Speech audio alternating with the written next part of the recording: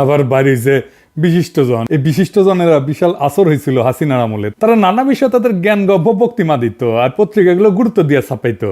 তাদের জ্ঞান প্রচুর, তাও আক্কেল কম, তাই তারা বুঝতে পারতো না যে পাবলিকে তাদের চুদে না, পাবলিকে যাদের চুদে না কিন্তু মনে করে মুই কি হনুরে, এরাই হইতেছে বিশিষ্টজন, বুঝাও।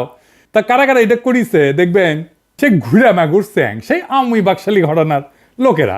আসেন দেখি এই মার্কা মারাদের কয়েকটারে দেখি, তারপরে তারা কি কইছে সেটা দেখমুনি। আনু মোহাম্মদ, হাসিনার বান্ধবী সুলতানা কামাল, খুশি কবির, টিআইবির ইফতেখারুজ্জামান, ওরে একবার ঠাপাইছিলাম, কঠিন ঠাপ দিছিলাম, অনেকদিন শান্ত আছিল, আবার মাথা বের করিছে। তত্ত্বাবধায়ক সরকারের সাবেক উপদেষ্টা রাশেদা কে চৌধুরী, তারপরে কামাল হোসেনের মেয়ে সারা হোসেন, আবার অগ্রণী ব্যাংকের চেয়ারম্যান সৌদ আবু নাসের বখতিয়ার আহমেদ, ওরে অগ্রণী ব্যাংক থেকে পাশায় লাথি দিয়ে বের করে দিবেন।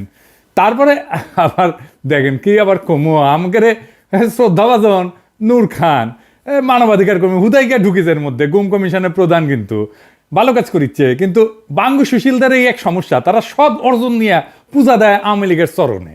ওনারা গুম কমিশনে নেওয়ার আগে সব আলাপ বরাবর করা লাগলেন উনি, যে আপনি কখনো আমি বয়ান ফেরি করতে পারবেন না, আর কামটা ঠিক করেন নাই। যাই হোক, আজকে কিছু কইলাম না, নিজেদের লোক। আবার দেখেন হিন্দু বৌদ্ধ খ্রিস্টান ঐক্য পরিষদের, বুঝছাও তো এদের নাই ফুটা পয়সার দাম। আসছে পত্রিকা পাতায় প্রতিবাদ জানাইতে, কইছে ধানমন্ডি 32 নম্বর রোডের শেখ মুজিবুর রহমানের বাড়িটা ঘুরিয়ে দেওয়ার তীব্র ক্ষোভ এবং নিন্দা জানিয়ে বিবৃতি দিচ্ছেন দেশের 26 জন বিশিষ্ট নাগরিক, যাদের পাবলিক তারা বলছেন আইন শৃঙ্খলা বাহিনীর সম্পূর্ণ জ্ঞাতসারে যেভাবে বাড়িটি ভাঙা হয়েছে, আগুন দেওয়া হয়েছে, তাতে করে গভীরভাবে মর্মাহত, স্তম্ভিত এবং লজ্জিত হয়ে এই ঘটনার বিচার চায়। আবার তা করেছি তো আমরা, আমিও করেছি, আমি তো ডাক দিছি, তো আমার বিচার কর তুই। দেখি দেখি ক্যাঙ্কা তোর মাজাত জোড়ায়, দেখি আয় আয় একটা মামলা কর আমার নামে, দেখি কত তোর মাজাত কত জোর আছে, তোর 26 জন মিলা, দেখি আয় করতো, দেখি আমার নামে একটা মামলা, আয় দিব বিচার। মর্মাহত কে, স্তম্ভিত কে, লজ্জিত কে, তোকে কি কেউ মানেনি, লজ্জা পেশ খে।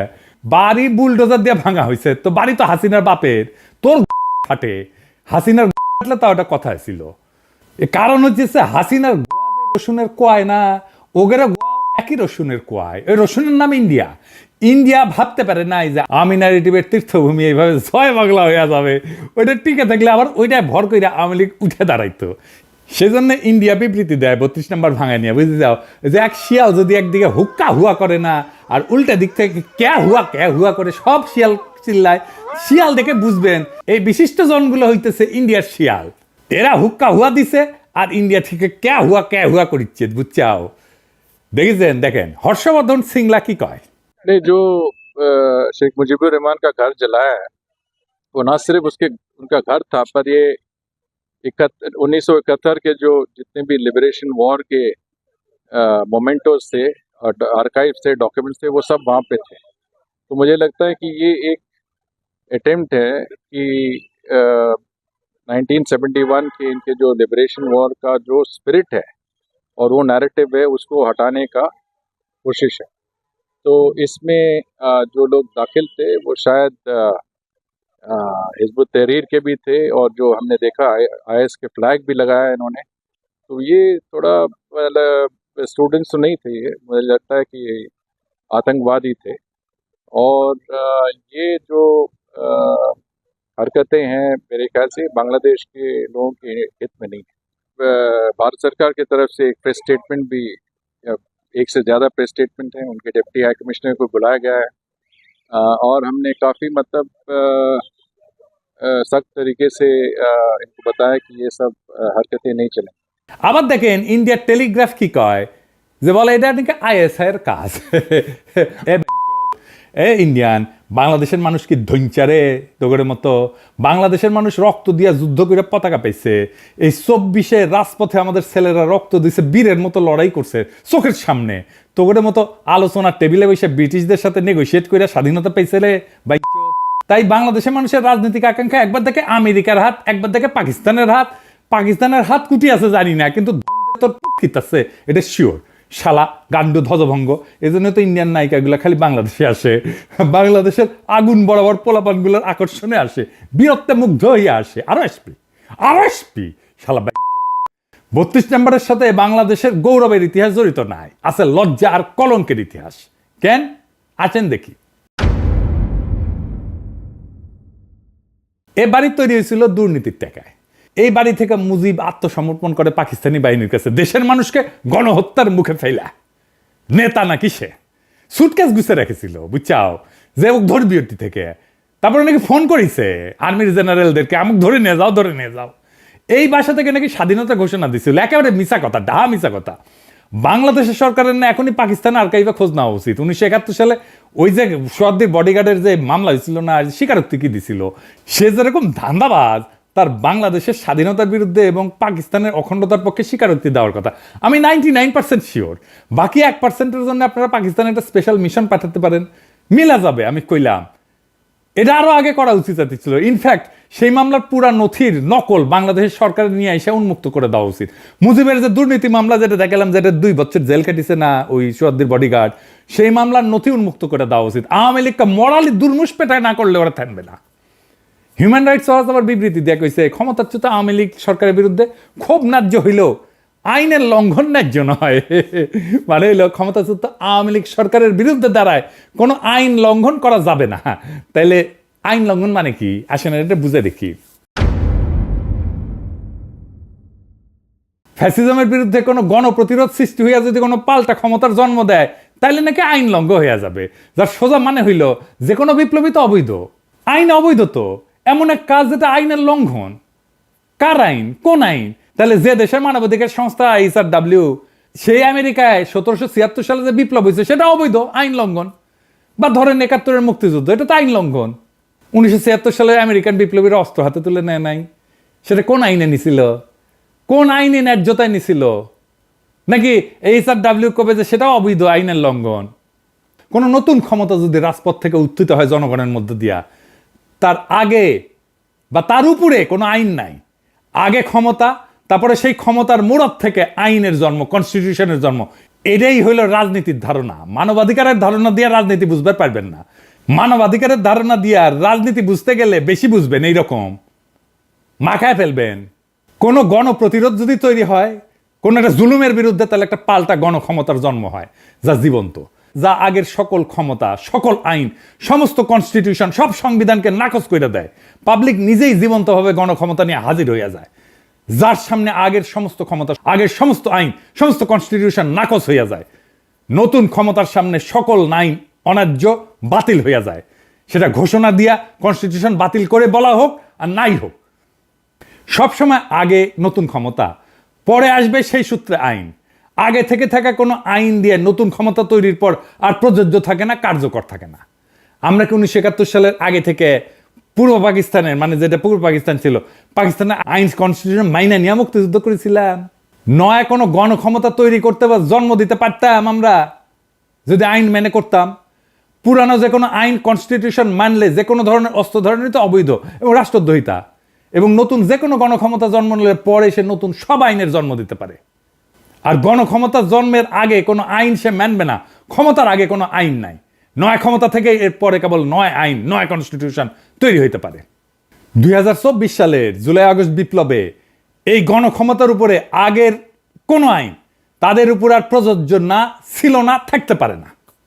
রাজপথে থাকা ছাত্র জনতাই আইন, আমাদের সম্মিলিত আকাঙ্ক্ষাই আইন।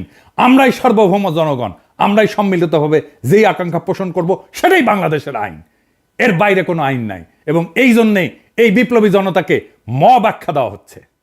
কাদের তরফ থেকে? কেন বিপ্লবী জনতাকে মব বলা হচ্ছে? কারণ এরা জনগণের গণক্ষমতায় ভয় পায়। আসেন এটা একটু বুঝে দেখি। এই যে দেশের বিচার বিভাগ, বাস্তবে তো হাসিনার আদালত হিসেবে কাজ করলেও সাংবিধানিক নথিতে এটাই কিন্তু দেশের সবচেয়ে ক্ষমতাধর প্রতিষ্ঠান। এতটাই ক্ষমতাধর যেটা সংসদ বা জনগণের ক্ষমতার চাইতেও শক্তিশালী। এমনকি সংবিধানের ঊর্ধ্বে, সংবিধানের ব্যাখ্যা তারা দেয়। এমনকি যদি রাষ্ট্রই বিলুপ্ত হয়ে যায় তাও বিচার বিভাগ বহাল থাকবে। এই বিচার বিভাগকে তাই সরকার কিছু করতে পারে না, করতে পারেও নি। হাসিনার তৈরি করা এই স্ট্যাবলিশমেন্টই এখনো বহাল আছে। আজ যারা এই যে মবের সমালোচনা করতেছে তাদের অনেকেই কিন্তু কিছুদিন আগে যে বিচারিক অভ্যুত্থান জুডিশিয়াল কু করতে গেছিল না, সেটা ছাত্র জনতার প্রতিরোধ করায় স্বস্তির নিঃশ্বাস ফেলছিল। কারণ তখন আর কোনো পথ খোলা ছিল না, তো বিচার বিভাগের উপরে কারো হাত ছিল না। এক সময় সংবিধানে বিচারকদের ইমপিচমেন্টের বিধান ছিল, অভিশংসনের বিধান ছিল, তাদেরকে লজ্জা দেওয়ার বিধান ছিল, যেটা দিয়ে তাদেরকে অপসারণ করা যেত। সেখানে সংসদের কিছু ক্ষমতা ছিল, কিন্তু বিচার বিভাগ সেটা বাতিল করে দিচ্ছে। বুঝে যাও, এখন যারা সত্যিকারের ন্যায় বিচার ব্যবস্থা চান তারা কিভাবে হাসিনার স্বেচ্ছাচারীভাবে সাজানো বিচার বিভাগ দিয়ে সেটা পূরণ করবেন? একমাত্র সমাধান হইল বিচার বিভাগকে সম্পূর্ণভাবে পুনর্গঠন করা, নতুন করে একটা বিচার ব্যবস্থা গড়ে তোলা। আর সেটা করতে হইলে সংবিধান সংশোধন করতে হবে এবং বিচার বিভাগের উপরে জনগণের সর্বোচ্চ কর্তৃত্ব প্রতিষ্ঠা করতে হবে। জনগণ সর্বোচ্চ, বালের সংবিধান, বালের বিচার বিভাগ, সবার উপরে জনগণ। এই বিচার বিভাগ যখন ন্যায় বিচার দিবে না, যখন ক্ষমতাসীন দলের লোকদের রেহাই দিয়ে দিবে, তখন জনগণ কিভাবে ন্যায় বিচার পাবে? সরকার চাইলেও তখন বিচার নিশ্চিত করতে পারবে না। মজার বিষয় হলো বিচার বিভাগের সাথে যখন সরকারের সংঘাত সৃষ্টি হবে, তখন সরকারের হাতে একমাত্র পথ থাকে জনতাকে ডাক দেওয়া। তাইলে বুঝেন, রাষ্ট্রের গঠন প্রণালীর মধ্যে বিচার বিভাগ নিজেই এই যে মবস বলতেছে, যাদেরকে জনতাকে বলতেছে বিক্ষুব্ধ জনতা, তা তৈরি হওয়ার পূর্ব শর্ত তৈরি করে রাখছে। কারণ জনগণের সার্বভৌমত্বের বদলে বিচার বিভাগের সার্বভৌমত্ব দলিলে লিখে রাখা হয়েছে। জনগণ বিচার বিভাগের খবরদারি মানবে কেন? রাষ্ট্রের মালিক জনগণ, বিচার বিভাগ না। বিচার বিভাগের ঊর্ধ্বে জনগণ, রাষ্ট্রের প্রকৃত মালিক জনগণ। তাই যাদেরকে আজকে মব বলা হচ্ছে তারা থাকবে, জনতা রাস্তায় থাকবে, জনতা রাজপথে থাকবে যতক্ষণ পর্যন্ত না নতুন আইন তৈরি হইতেছে, ততক্ষণ পর্যন্ত জনতাই ডিকটেট করবে এই সরকার কিভাবে চলবে। এবার আসেন 32 নম্বর ভাঙায় কি অর্জিত হয়েছে, কি লাভ হয়েছে, এটা একটু বুঝে দেখি। এই সরকার, যে সমস্ত সরকার যে সমস্ত ভালো কাজ করে না, তার দায় এসে পড়ে ছাত্র জনতার নেতাদের উপরে।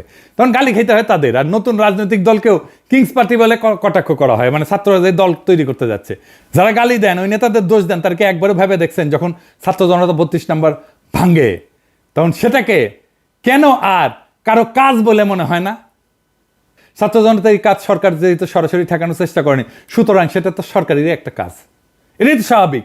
সরকারে যারা আছে তারা সরকার চালাইতেছে, তারা রাষ্ট্র চালাইতেছে। আমরা সরকারের পাবলিক পার্টনার। রাষ্ট্রের দায়িত্বে থেকে তারা যেটা করতে পারতেছে না, সেটা তাদের পাবলিক পার্টনাররা কইরা দিতেছে। সরকার পুরা বিপ্লবী হইলে এটা সরকার নিজেই এটা ভাঙতো। সরকার আধা বিপ্লবী জন্য সে চুপ করে থাকে, আমরা কামটা সেরা দিই। আধা বিপ্লবী সরকার হইলে তো এমনটাই হওয়ার কথা। এতে সরকারের কর্তৃত্বের ঘাটতি দেখা যাচ্ছে না তো, বরং সরকার নিজেই যে ভাঙতে চাইছিল তা শুধু আনুষ্ঠানিক পথে না, যে অপ্রাতিষ্ঠানিক বা ইনফর্মাল পথে ঘটাইছে। এই সরকারকে জোর কইরা সংবিধানের কাঠামোর মধ্যে ঢোকানো হয়েছে, কিন্তু তার বিপ্লবী চরিত্র অটুট আছে। এইটাই গুরুত্বপূর্ণ বিষয়, সেটাই বারবার প্রকাশ পেয়ে যাচ্ছে। সরকারের যেটা বিপ্লবী আকাঙ্ক্ষা, সেইটা তার পাবলিক পার্টনারের মধ্যে দিয়ে প্রকাশিত হইতেছে। সরকার আমাদের বাধা দিতেছে না। এইখানেই মজা, এইখানেই পাবলিক প্রাইভেট পার্টনারশিপ, বুঝছাও, নতুন ধরনের। আমি নিজে কতবার কইছি এটা বিপ্লবী সরকার না, এটা বিপ্লবী সরকার না। আমরা চেষ্টা চরিত্র কইরা সরকারকে আধা বিপ্লবী সরকার বানাইতে পারছি, এরপরে আমরা পুরা বিপ্লবী সরকার বেনে দেবো এই সরকারকে। এটাই আমাদের অর্জন। যখনই মনে হবে এই সরকার তার বিপ্লবী শপথ ভুলে যেতেছে, তখনই তার বেসরকারি পার্টনাররা আমরা মাঠে নেমে চাপ সৃষ্টি করে সেই শপথ মনে করায় দিতেছি। বিপ্লবের পর হাসিনার স্ট্যাবলিশমেন্টের যারা শরিক ছিল তারা ভাবছিল সব গুছাই আনছি, এখন আমরা অ্যাডভাইজারও নিয়োগ বানাইতে পারি। ডেলি স্টারের সাংবাদিক কইছিল না, অ্যাডভাইজার আমরা বানাই। হ্যাঁ, বেশ স্বস্তিতেই ছিল। কিন্তু ছাত্র জনতার এই শক্তিশালী শোডাউন দেখা তারা আবার আতঙ্কিত হয়ে পড়ছে। হওয়াটাই স্বাভাবিক, তাদের ক্ষমতায় ফেরার স্বপ্ন আরো এক ধাক্কা খেয়েছে। বিপ্লবের জন্য এটা সবচেয়ে বড় অর্জন। আজ যারা আকার ইঙ্গিতে নিন্দা করতেছে না, তারা মূলত শেখ মুজিবকে ফ্যাসিস্ট বলে মনে করে না। তাদের কাছে বাকশালও একটা ভালো ঘটনা, সুন্দর কত্তার পাদ, তো শেখ মুজিবের পাদ ওটা গন্ধ না, বুঝছাও। তাই সরাসরি বলতে পারতেছে না, সেই জন্যেই এই মব টপ বইলা এই সমস্ত ধোঁয়াশা তৈরি করতেছে। তবে আমার মৃত্যু পরোয়ানা ঘোষিত হয়েছে, আগে শুনেন কেমনে। পিনাকি ভট্টাচার্য ফ্রান্সের একটা লয়ের কথা বলি, if you kill someone you don't need to death penalty, maybe life in the prison 10 years 12 years। ফ্রান্সে কি বাংলাদেশের মানুষ নাই? পিনাকির মতন একটা কুকুর এই ধরনের কাজ করে যাবে আর বাংলাদেশের মানুষ এখানে বসে আছে? অ্যাসাইলাম মারা একটা কুকুর এখানে বসে আছে। এই কুকুরটা গলা কাইটা যদি এখানে কোনো মানুষের ডেথ পেনাল্টি হবে না, life in the prison. I am challenging. I am sorry. সে বলতেছে ফ্রান্সে তো খুনের শাস্তি 10 বছর জেল, ফাঁসি তো দিবে না, তো পিনাকে খুন করে না কেউ কেন ফ্রান্সে? হাসিনা এক বক্তৃতায় গেল ক্ষমতা, আর এক বক্তৃতায় গেল 32 নম্বর। আলহামদুলিল্লাহ, আমার শহীদের মৃত্যু হইলে না বাংলাদেশে আমার ক্ষুদ্র ভ্রাতার ভগিনেরা ছোট বড় মাঝারি কোমল কঠোর বাকশালীদের আস্ত রাখবে না, ছানা বানা করে ফেলবে। আমার মৃত্যুতে বাংলাদেশ পুত পবিত্র হবে। আমার সত্যি যদি মাইরা ফেলায় বাংলাদেশে যেন কোনো বাকশালী রক্ষা না পায়। আমার মৃত্যুর খবর বাংলাদেশে পৌঁছানোর 24 ঘন্টার মধ্যে কাম ফিনিশ করে দেবে। এইখানেই শেষ না, আমি ওদের জন্য নরকের দরজায় হাজির থাকবো, ওদের জান ওইখানে আমি কালা কালা করে দেবো। সরকার গত 6 মাসে যা যা ভুল করেছিল যে জায়গায়, সেইটার কাফফারা দিতে হয়েছে আমাদের 5ই ফেব্রুয়ারিতে। আবার আর একটা জনফস্ফোরণ হয়েছে। এই জন্যেই প্রেসিডেন্ট সরকার আরো সংহত হয়েছে, ভালো হয়েছে আমাদের জন্য। অপারেশন ডেভিল হান্ট শুরু করতে পারছে, একটা সুশীল হান্টও চালু করা দরকার। কারা কারা এই যে 26 জন এই সুশীলেরও হান্ট করা লাগবে, ওটা জনতাই করবে। যাই হোক, আবারও কিন্তু আমাদের অর্জন ধুলায় মিশে যেতে পারে যদি আবার আগের আলস্য কাটায় উঠতে না পারে। আগের আলস্য আর সিদ্ধান্তহীনতা, অবিবেচনা প্রসূত নিয়োগ চলতেই থাকে। আমি 7ই আগস্ট কি লিখেছিলাম দেখেন, লিখেছিলাম এমন হয়েছে বাংলাদেশের ক্ষমতা এখন হাসিনার বদলে সুপ্পু। তাহলে এত রক্তপাত এত প্রাণদানে লাভ হইল কি? বিপ্লব মানে গণক্ষমতা, সেই বিপ্লব তো সুপ্পুর অনুমোদন নিয়ে কাজ করবে না। সুপ্পু কেন আবদার করে? একে আজাদ কেন এর মধ্যে ঢুকে? ছাত্রদের মতামতের সর্বোচ্চ গুরুত্ব দিতে বলছি। সেখানে তো এটাই বলি নাই যে একে আজাদের পরামর্শ নিয়ে কাজ করতে হবে। এটা তো বলি নাই যে ডিজিএফ এর চিফের সাথে আলাপ করতে হবে। এই তত্ত্বাবধায়ক সরকার যদি ইন্ডিয়ান লাইসপেন্সার দিয়ে ভর্তি হয় তাহলে কলে জান কালা কালা করে দেবো, করে দিছিলাম কলে, বুঝাও। আর এই প্রক্রিয়া বুঝে হোক না বুঝে হোক যারা বিপ্লব বেহাত করে দিচ্ছে তাদের আমরা ক্ষমা করব না। দেখেছিলেন আমি ঠিক সময় মতো ঠিক কথা কইছিলাম, যা আমি আগে কইছি সেটা পরে ঠিক হয়েছে, পরে আবার আমাদেরকে এসে আবার এটা ঠিক করে নিতে হয়েছে। এই যে দেখেন মনির হায়দারকে বিশেষ সহকারী হিসেবে নিয়োগ দেওয়া হয়েছে। আমি চিনি তারে, আমি অপছন্দ করি না, পছন্দই করি। কিন্তু মনির হায়দারকে আপনারা চিনেন? চিনেন না, তাই না? আমেরিকা প্রবাসী এক সাংবাদিক। আচ্ছা বলেন তো, প্রফেসর ইউনূসের একজন আমেরিকা প্রবাসী সাংবাদিক দরকার। আপনার কার নাম মনে ভাইসে আসে? মনে মনে বলে চিন্তা করেন যোগ্য ক্যান্ডিডেট হিসাবে। হ্যাঁ, কনক সরোয়ার ইলিয়াস, তাই না? কনক সরোয়ার তো পিএইচডিও করেছে। তার অ্যাক্টিভিজম এমনই হাসিনারে প্যারা দিছে যে তার বোনকে জেলে নিছে তারে না পাইয়া। কনক দারুণ জনপ্রিয় তো।